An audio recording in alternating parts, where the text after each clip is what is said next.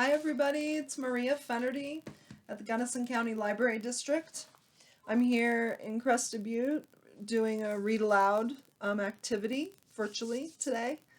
We're wrapping up our virtual activities and hoping to return in person starting the 31st of January.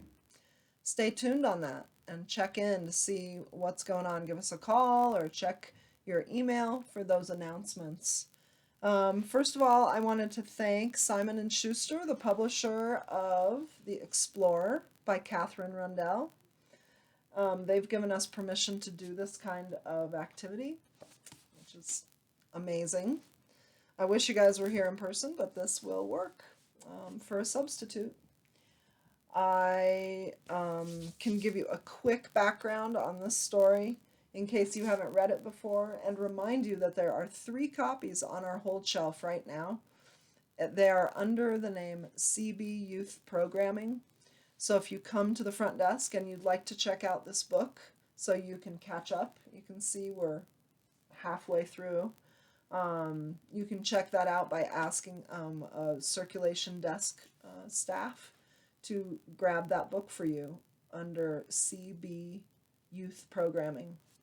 It's a wonderful book. It's our second book that we've read by her. The first one was called The Good Thieves, and we started that back at the beginning of the school year. So the quick backstory, 4 characters. They were in a plane and they were flying over the Amazon rainforest, and the plane crashed. And the kids are now trying to find, of course, their way back home. They range in ages from 5. Max is 5. He's the littlest. His older sister, Leela, I think is around 12. And then there are 2 more. There's Con and Fred. And so those are the main characters. There's a couple extra ones that you will learn about as we jump in. But it's a great story. And today is the very last chapter we're going to read. We are on page 185 today. And starting next week on Wednesday at 2:15, we're going to start our new book, which is called The Quickborn Odyssey. I think you can see it on our poster. We're also having a special Messy Monday on Monday. That's hard to say. At 3:45. We're hoping to welcome everyone back into the library in person for this special event with the author who is local. The Quickborn Odyssey, like all of our read aloud books, is a middle grade book. It's fantasy story. Some wonderful characters, just like the other books we've read. Our event on Monday is going to involve Phil Coleman, the author, reading aloud. He's going to be here to sign copies of his book. Townie Books has been gracious enough to come join us for the event, and they'll have books for sale. And we're going to have a take and make craft and contest and snacks, of course. So join us on Monday at 3:45 for that. And then Wednesday, the 2nd of February, we're going to jump into that book and start reading it aloud. So without any further announcements, I will start the chapter. I'm going to point out our collection of these are all nonfiction books that I pulled out of our collection. We have a small library, but we have a wonderful assortment of books. The Explorer has so many interesting facts about the rainforest that I started digging in. So I looked up a picture of a crested caracara, which they eat in the story. And I'm not going to tip the book up, but it's right here. And that's out of our, it's an adult book actually, the Smithsonian Institution Animals book. I will tip it up so you can see it. It's a heavy book. It's in our oversized collection, which lives in the upstairs of our library. And I also found pictures in there of some of our other animals that are in our story today. But we have a Planet Earth book, which has a nice section on rainforests, the Encyclopedia of Nature, Also, wonderful images and text in all different sizes. So, um, readers with different skill levels can jump into this book with a grown up and I think really feel accomplished in their reading. Here's a book called The Woolly Monkey Mysteries, which is the quest to save a rainforest species. And then lastly, we have this easy reader called Rainforests, and it has a little blue sticker on it, so it's easy. It's the readers that people would pick if they're learning to read themselves. We have a big collection in the bins on the east side of the library downstairs. And this page is about the Brazilian Amazon, which is exactly where our story takes place. There are monkeys and eagles and parrots. Shows a little picture here of the canopy. There's a lot of life going on in lots of different levels in the rainforest canopy. And there was a nice map in here too, which I forgot to mark.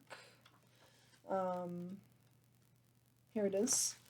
It shows a nice global perspective on the different areas that have rainforests.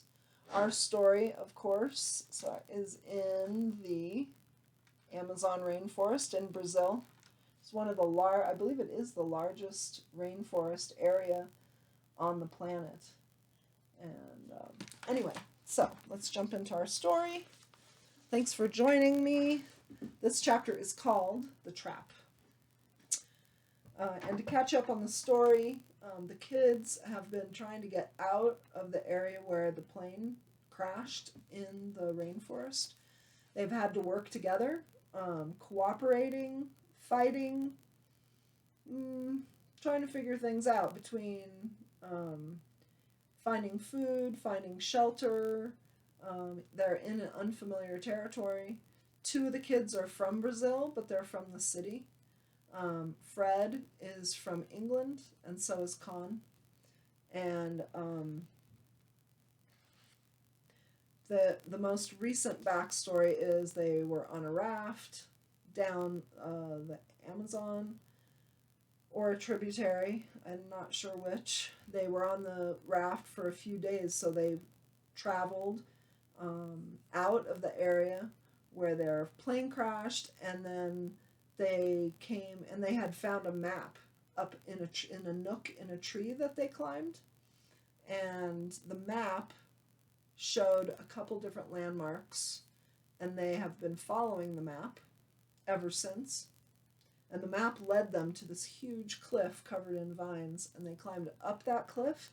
At the top of the cliff, they found an ancient city of some sort, and they met the explorer, so the other character that we had not met until just 2 chapters previous. So now they're trying to figure out how to get the help of the explorer, and they're just getting through a pretty rough time where the explorer was really angry with the kids because they weren't following the directions that he had given them, and they need him, and he lives out in the middle of the jungle by himself. So Fred woke twice in the night to find his nose pressed against the bare stones and mud of the floor, and his breath coming in gasps. His father's back was turned to him, and he would not look around, even though Fred screamed until his lungs were empty. "A dream," he muttered. "Dreams don't matter. Not real." But it had felt very real. Real like blood is real. Fred looked up through the vines to the canopy above them. He squinted, trying to memorize every inch. The second he got home, he would draw the canopy for his father in full color. His father would buy him pencils in a dozen different greens. Fred did not want to risk closing his eyes again. It was a powerful relief when the sun came up and he could creep out of the stone hut into its warmth. There was a chilly lump of guilt sitting in his stomach, left over from the night before. He had never stolen anything in his life, never even tried. He looked toward the vines, shining vivid emerald in the morning light. He thought of the look on the explorer's face. It had been more than angry. It had had fear in it. So when I do read aloud in person, we usually stop and talk about some new words that we learn. And sometimes they're words that I didn't know before, and sometimes they're words I think you guys might like to learn. And vivid is a great word. It's very descriptive, and it was used in this sentence about the color. Let's see. Anyway, so vivid is a word that you might want to use, and maybe you want to look it up and figure out what it means. Sometimes when you look up a word, it's easier to remember because you take the time to figure it out for yourself. Okay, that's our first vocabulary word for the day. By the way, Fred did not steal anything, but the kids were told not to go into a certain part of the explorer's area where he explained it was private, but they snuck up there to try to figure out what was there, and they got caught by him, and the explorer was very furious, actually. Fred would have to apologize. The thought made him, it made his stomach squirm with humiliation. But he could not leave the explorer thinking he was a habitual thief, a liar, a cheat. He wasn't sure if the man was the kind to accept apologies. It might be akin to apologizing to one of the stone statues, but he would try. He tipped up his boots, checking them for scorpions. All the books he'd read had been very urgent on the matter of scorpions. Fred's fingers were clumsier than usual. His whole upper body was quivering with nerves. The ruin looked different in the sunrise. It looked more alive. There were places where vines had covered the half-fallen remnants of walls that ran along the far end of the square. Places, too, where the vines had been hacked back, and he could see the marks on the stone where it had been cut from the parent rock. Fred walked slowly through the open square, staring upward. The canopy over them was intricately constructed, woven from the branches rising from the trees that had sprouted among the stones and nestled against the city walls, and from a network of vines. It was a green tablecloth for a giant laid out atop the trees. There were holes in the green scattered everywhere, where the sun burst through in bright light, and one vast gap just above the statues where the stones shone yellow. Directly under it, a single tree stood, burned of all leaves, perhaps by the sun, Fred thought, or a very small forest fire. Fred approached the stone statues, his stomach knotting tighter with every step. They were twice as tall as he was, and so worn by rain and time that their faces were smoothed of expression. The man and the woman were identifiable only by their bodies, the panther by her tail, but still in places he could see where tools had cut at the stone. He reached out and touched the paw of the panther. Only half of it remained, but he could see where her claws would have been, how her yellow stone would have glowed when she was new. The explorer, though, was nowhere to be seen.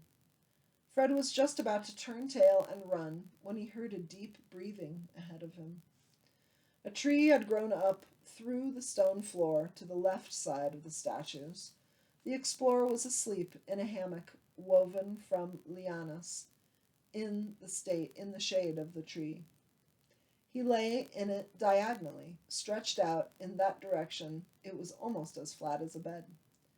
Fred made a mental note to only lie in hammocks diagonally from now on.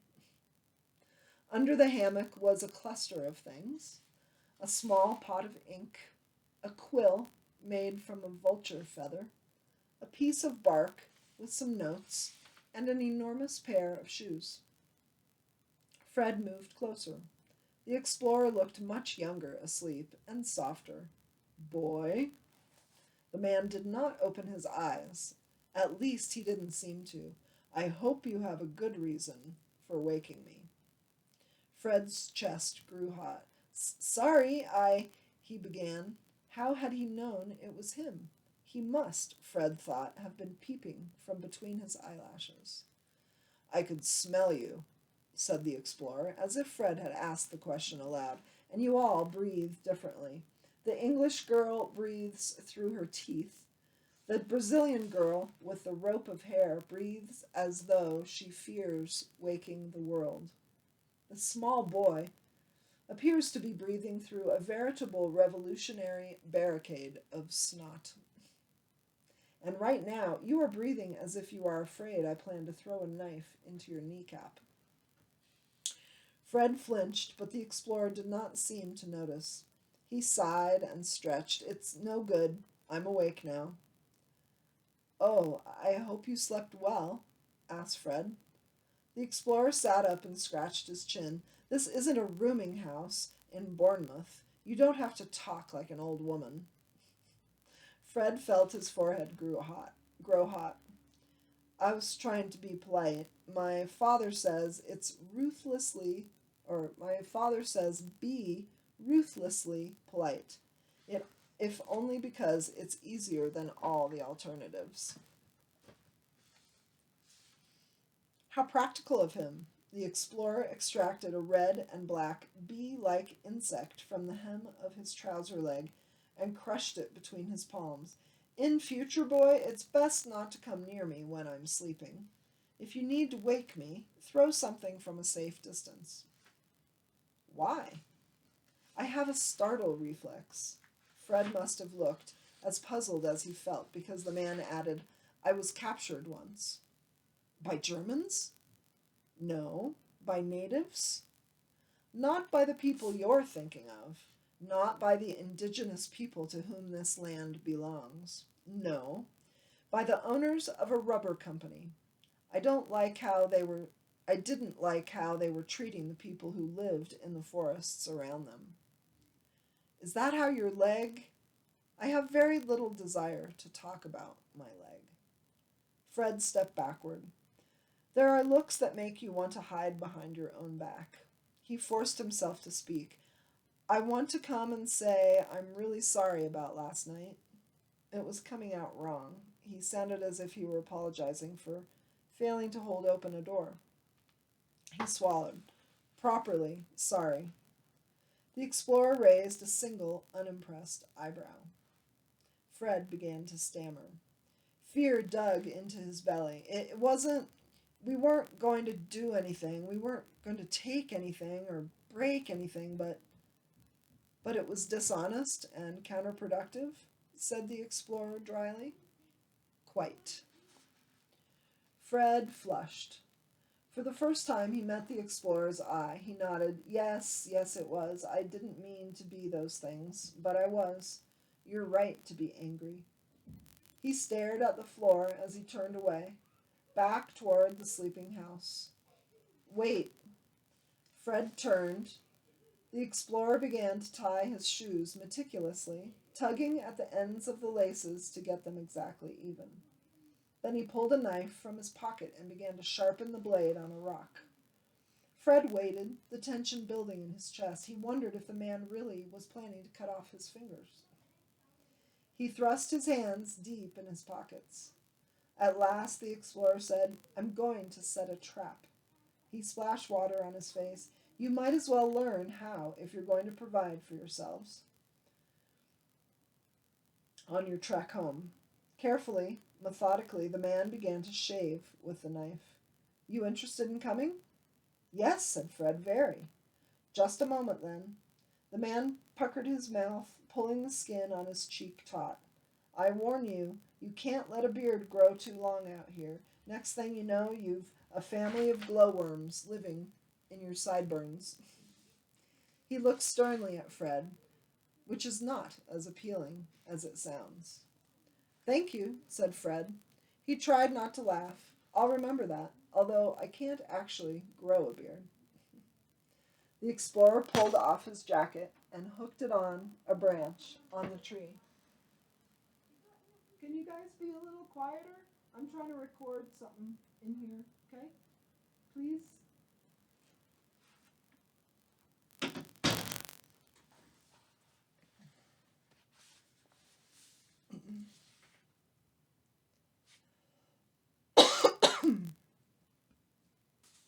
The explorer pulled off his jacket and hooked it on a branch on the tree.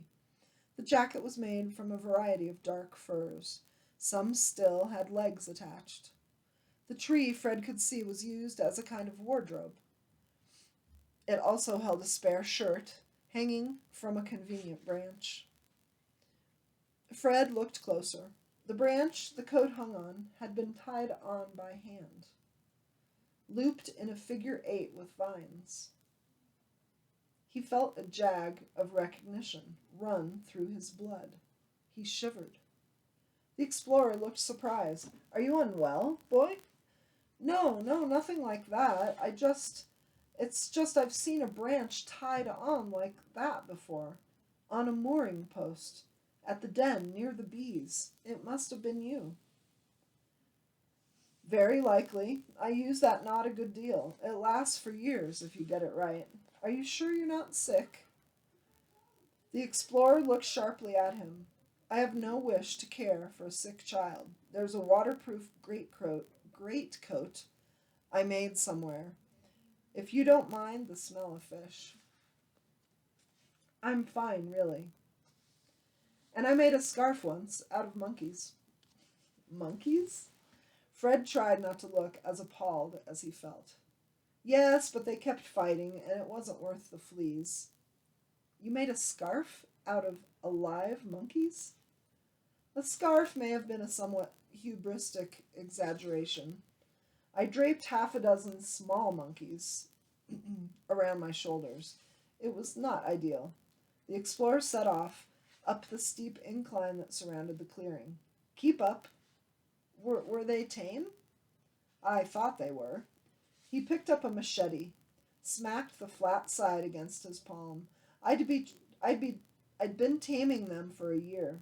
It turned out they were less docile than I imagined. Until you had a monkey mistake your nose for a fig, you don't know what waking up too suddenly means. The explorer strode out, heading to where the forest grew thickly. Now here's one of our vocabulary words. You may have heard it along the way. It's kind of spelled funny. It doesn't look like it sounds, really. But this is how you spell machete, which is a special kind of knife that they use in the forest, in the rainforest, to cut the vines so you can walk through, because it's very overgrown. Don't lag, he called. Fred thought guiltily about the others, who might at any moment wake up and find him gone. But most of his energy was needed to keep up with the man's pace. Despite his limp, he moved twice as fast as Fred, and 5 times as quietly. Don't we need to mark the trees to find our way back? Panted Fred. The explorer turned. He looked astonished. Or it might, Fred thought, have been affront. What do you take me for? No, we don't need to mark the trees, no more than you would need to mark the wall between your bedroom and your lavatory. This is my home. He gestured to the trees around them, which were thinner than those circling the city, and a lighter shade of green. We'll get wood here for the trap. See this? He pointed to a branch as thick as Fred's wrist. Cut me 2 branches like that. They should be as straight as possible. That's a good tree over there. Here. He handed Fred the machete and began stripping down a vine into a thin rope. The machete had a wonderful weight to it. It was exquisitely made, with a carved handle and a blade that caught the sun and threw back light in silver and green. "This is beautiful," said Fred. He gave it an experimental swipe. "Watch it! Kindly refrain from chopping off your own hand. And cut straight, boy. Don't damage the trees." The explorer bent and brushed some debris away from a green shoot, so pale it was almost white. "And cut only what you need. Don't hoard. Leave enough that the tree can replenish itself. The greatest threat to living things is man, which is not a thought to make one proud." He waved a hand to encompass the close-growing trees, the boundless green spreading leaves. "It's humans who bring about the end of all this. Do you understand? The city and the trees that disguise it from the land and sky, it needs protecting." And that was one of our other vocabulary words, encompass, which is a great word. Sometimes you would gesture like this when you're using the word encompass because it pulls everything together. And let's see. Yeah, that's a good word. Good word to think about. Protecting from us, though, said Fred. He swept the machete through the air again. It made a very satisfying whistling sound. "What could we do to it?" "You can talk. Children are terrible at keeping secrets, and some kinds of knowledge are vulnerable. Like a breathing thing, they require great care." "I've kept hundreds of secrets," Fred said, but as he turned toward the trees, he wondered if that was true. He had never had a secret so valuable. He had never had a secret that would make his father put down his newspaper and turn to look at him. "This place needs protecting from humans," said the explorer. "I find it hard not to be wary of my fellow countrymen. They care about the wrong things. I used to sit in the train carriage with the same men every day on the 7:15 to Paddington. And I would look at them and think, you wake up in the morning and you put on your trousers and you don't even think about the beauty of the Amazon River. How do you justify that? And I did not admire our Prime Minister. He is very well dressed, but despite his many protestations to the contrary, I am not 100% convinced he can read." He shot out a sudden hand and grabbed Fred's wrist mid-machete swipe. "Boy, careful. Hold it with the blade facing away from you. Cutting yourself with a machete is extremely gauche. Here, cut that branch, the green one." Fred swept the machete down over a branch as thick as his wrist. The first time, the machete got stuck in the wood and he tugged at it. "I recommend you take care," said the explorer. "Whatever our differences of opinion, I have no wish to see you open a blood vessel." On the second try, the branch came away with a satisfying thump. "Good, good. Are you watching? I do not expect to have to show you twice." The explorer selected a springy sapling tree, 4 feet tall, its trunk barely thicker than Fred's thumb. "Tie the rope around the tip of the sapling," he said. Fred did so while the explorer searched around the ground and located a Y-shaped branch, the size and shape of a slingshot. "Good, good. Hand me the machete." He held out his hand, a surgeon mid-operation. Carefully, using the handle of the machete, he knocked the Y-shaped branch into the ground near the sapling, so that only the Y was showing. "Now, tie the other end of the rope around your green branch, in the middle, yes, but leave the end free. The end needs to be loose, or needs to be a noose, a loop knot. We are building a spring snare." Fumbling, Fred followed the man's instructions. He had practiced knot tying in his bedroom, under the covers, late at night, in the forbidden small hours. The explorer nodded approval, and Fred felt a surge of pride prickle in his fingers. "Now watch." The man pulled down on the rope, and the sapling bent forward as if saluting. He wedged the green branch into the Y, the rope stretched taut. The slightest movement will make the green branch spring free. So an animal puts its foot in the noose, the sapling springs up, the slip knot tightens, and you have dinner. What's it for? Fred asked, examining it from every angle. What does it catch? Come on, said the explorer. Let's go. I have other things to do. It's for whatever crawls into it. Rats, armadillos. You eat rats? Of course, if I have to. I've eaten many things over the years that I have not precisely enjoyed, but have appreciated nonetheless. Snails, spiders. Spiders? Certain spiders are remarkably delicious. I could help you find them, but I have no desire to help you unless you swear to keep silent about this place. And that swearing to silence was the topic of the last chapter, and it was the focus of the huge argument that happened between Fred and the explorer. Fred bit his lips together. No, the explorer said, you would prefer to align yourself with men who loot from the land and its history? They don't. Fred thought of the men striding across the pages of his books. They don't all do that. Certainly there are some who do not, but how many?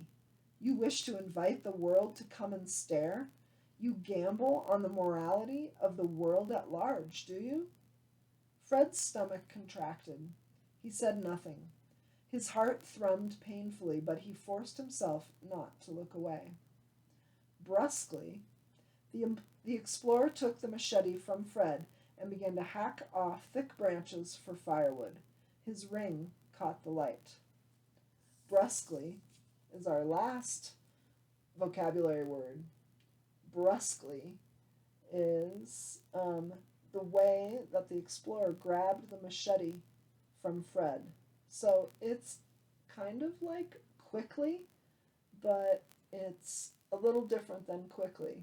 He was probably a little mad that Fred, or maybe a lot mad, that Fred still didn't want to promise not to tell the world about this beautiful place where the explorer lives and he wants to protect. So brusque, in this case, brusque is kind of something quick you do without thinking how it affects other people. Fred tried to change the subject. Your ring, he was about to say. Why do you wear a ring in the jungle? But, he thought, the explorer didn't seem to welcome personal questions, and he was swinging the machete very close to Fred's knees. What's it made from? Snake scales and caiman bone. The explorer's pride in it seemed to wrestle with his anger at Fred. Then he took the ring off and held it out. Here. On the inside rim, words had been cut. Fred read, Nec aspera terrent. It's Latin, which I don't know how to pronounce, but I did my best. Latin, said the explorer. Roughly, it means difficulties be damned. Do you think it's peculiar to wear a ring out here? Fred did think exactly that, but it seemed a bad place and time to say so. He laughed awkwardly instead. The explorer raised his eyebrows. While we're on the subject, why did you dress like a minor state administrator to come to the jungle? You look like you're running for the mayor of Tunbridge Wells. Fred looked down at himself in surprise. This was my school uniform. My father says you should always wear a uniform where possible. He's that kind of man. I didn't know I was coming to the jungle. You should always dress as if you might be going to the jungle. You never know when you might meet an adventure. I'm at a boarding school in Norfolk, Gresham's, on the Cromer Road. And it's just I'm much more likely to meet a geography teacher than an adventurer.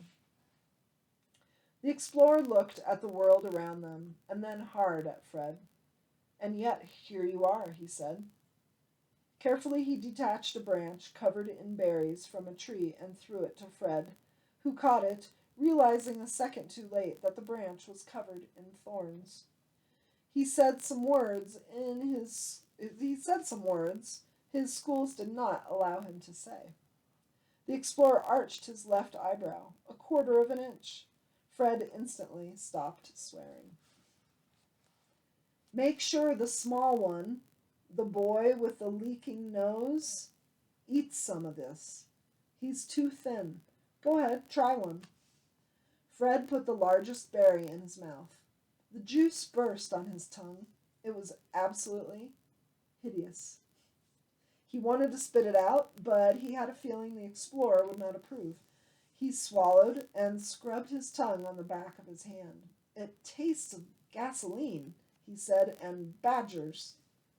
I know, but you should eat them anyway. They're rich in vitamins, and they'll be easy to find on your road to Manaus. They grow near the river. I think maybe I'd rather starve. No, you wouldn't. It's a long walk. It's best not to get too hungry if you can avoid it. If you get hungry enough, you will start feeling that your bad ideas are your good ones. If you get truly famished, you'll start feeling like a French philosopher, and that's unwise.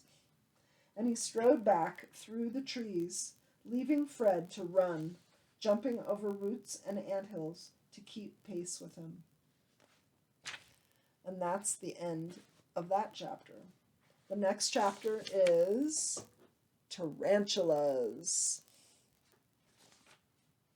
And we're going to stop there with our read aloud. We've read this book for several weeks, and we'd love for you to come into the library and check out your own copy and finish it up. You might have to start from the beginning so you don't miss all the excitement at the beginning. We'll look forward to seeing you as soon as possible in person at the library. Keep an eye on your emails, and of course we advertise in the newspaper. Check Facebook. This recording will be available through the end of March, and that's thanks to Simon & Schuster, our publisher, who gave us permission to read this book online. So we're going to start a new book on Monday. Hope to see you then. Thanks for tuning in. See you at the library.